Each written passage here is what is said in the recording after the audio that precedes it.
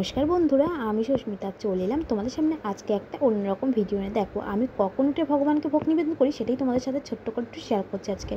ता जानते होले तो पुरो भिडियो तोमादेर देखते होबे, ताई स्किप ना करे पुरोटा तोमरा देखो। आशा करी तोमादेरो खूब भालो लागबे। जदि एकबार भिडियोटा भालो लागे प्लिज बंधुरा तोमरा एकटा लाइक कमेंट शेयर और सबसक्राइब करे दिओ। और फेसबुक पेज थेके देखे थाकले प्लिज बंधुरा फेसबुक पेजटा फलो करे दिओ, सापोर्ट करो, भालोबासा दिओ।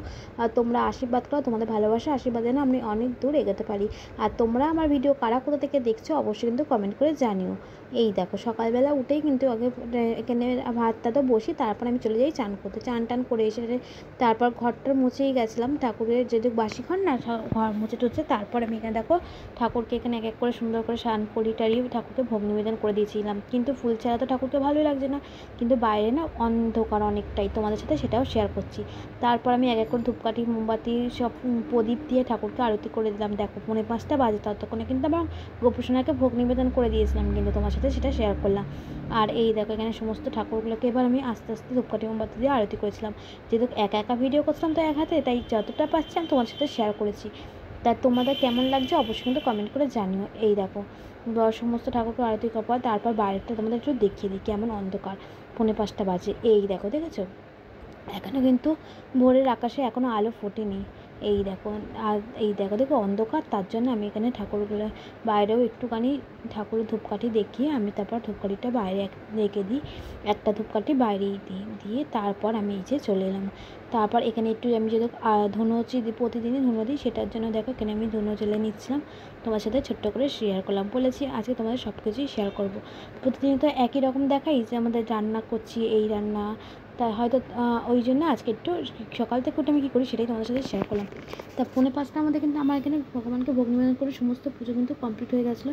তারপর আমি চলে গেছিলাম আস্তে আস্তে, যখন ধুনোটা জ্বালানোর পর তারপর আলো ফুটেছিলো বলে অল্প অল্প যখন একটু আলো ফুটেছিলো আমি তারপর চলে গেছিলাম ওপরে ফুল আনতে। তার ফুল টুল নিয়ে এসে ধুনোচিটিতে আলতি করে তারপর আমি ফুল নিয়ে চলে এসেছিলাম। এসে আর ফুল দিয়ে তারপর ঠাকুরকে আমি এখানে কিন্তু সাজিয়ে দিচ্ছিলাম, সেটাও তোমাদের সাথে আস্তে আস্তে শেয়ার করছি। আর এই দেখো দেখেছো গাছ থেকে কিন্তু ফুল নিয়ে চলে এসেছি। এই দেখো কেমন লাগছে বলো তো এইবার, আগে কেমন লাগছিলো এখন কোনটা বেশি ভালো লাগছে অবশ্যই কমেন্ট করে জানিও। জানি সবাই বলবে এই ফুল দিয়েই ঠাকুরকে ভালো লাগছে, ঠিকই ফুল ছাড়া ঠাকুরকে কিন্তু একদমই ভালো লাগে না, আমার তো একদমই না ভালো লাগে না। যার জন্য ওর বাবাকে যখনই বলি যে ফুলের মালা পাও ফুল পাও নিয়ে আসতে আসার সময়, আর আসতে তো অনেক রাত হয়ে যায়, তার জন্য যখন পাই সেদিন আনে। আর দেখো বড় মাকেও এখানে ফুল দিয়ে সাজিয়ে দিয়েছিলাম। তারপর চলে এসেছিলাম এখানে, দেখো ভাতটা কিন্তু এই ডালটা কিন্তু ফুটেও গেছে, সরি ভুল হয়ে গেছিলো। আর আজকে একটুখানি একটা চচ্চড়ি মতন করবো, যেটা হচ্ছে সমস্ত কিছু সবজি দিয়ে আলু বেগুন বটবটি এখানে গাঁটি কচু সমস্ত পটল দিয়েছিলাম দুটো, সমস্ত কিছু দিয়ে একটা চচ্চড়ি করছিলাম। আর এই দেখো এখানে কাঁচা লঙ্কা ছিঁড়ে দিচ্ছিলাম, কেন এরকম ধরনের চচ্চড়ি আমার ছেলেও খেতে ভালোবাসে, এই চচ্চড়িগুলো ভালোও লাগে, খুব একটা খারাপ লাগে না কিন্তু গরম গরম ভাত দিয়ে। তা যাই হোক আমি এখানে দেখো আজকে একটা চচ্চড়ি করছিলাম। তোমরা এরকম ধরনের চচ্চড়ি কারা কারা করো অবশ্যই কিন্তু একটা কমেন্ট করে জানিও বন্ধুরা ঝটপট। প্রথমে আমি তেল দিয়েছিলাম, এতে আমি কিছু ফোড়ন যদিও দিইনি, তেল দিয়ে ভালো করে আমি এখানে সবজিগুলোকে ভালো করে ভেজে নিচ্ছিলাম। ভেজে নেওয়ার পর তারপর স্বাদ মতো একটু লবণ দিয়ে চাপা দিয়ে দিয়েছিলাম। আর এখানে আমি 2টো ডিমই সিদ্ধ দিয়েছিলাম। ওই যে আমার ছেলের যে এখন বললাম না আগের দিনকে ডিমের কষা খেতে কী ভালোবাসে, এখন শুধু বলছে আগের দিন কালকে রাতেই বলেছে মা আমার জন্য কিন্তু ডিমের কষা করবে। আমি বললাম ঠিক আছে, তাই ওকে তো ডিম সিদ্ধ রোজই দিই, তাই আজকে মা যেদিনকে ডিম কষা করে দিই মানে মা ডিমের কারি করে দিই, কথাটা একটু ভুল হচ্ছে, যদি ভুল হয় একটু ক্ষমা করে দিই বন্ধুরা।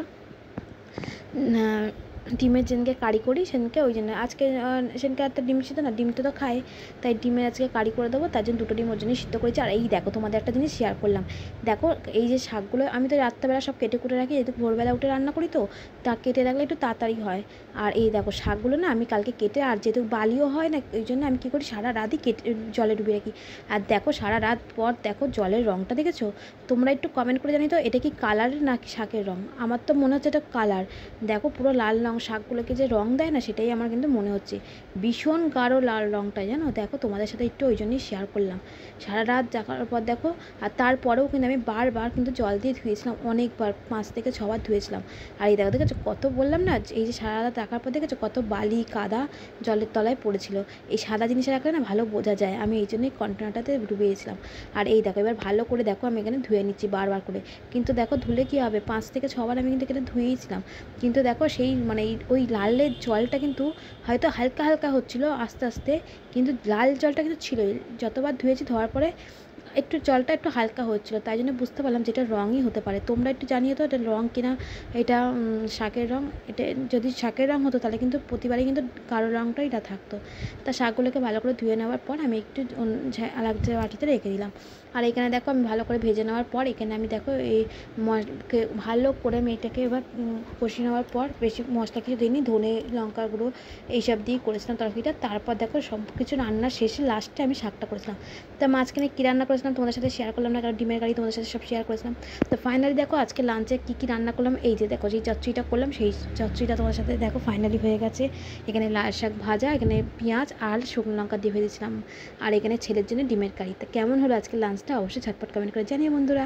আজকের ভিডিওটা এখানে শেষ করছি, দেখাবে নেক্সট ভিডিওতে। সবাই খুব ভালো থাকবেন, সুস্থ থাকবেন। আজকের মতো টাটা।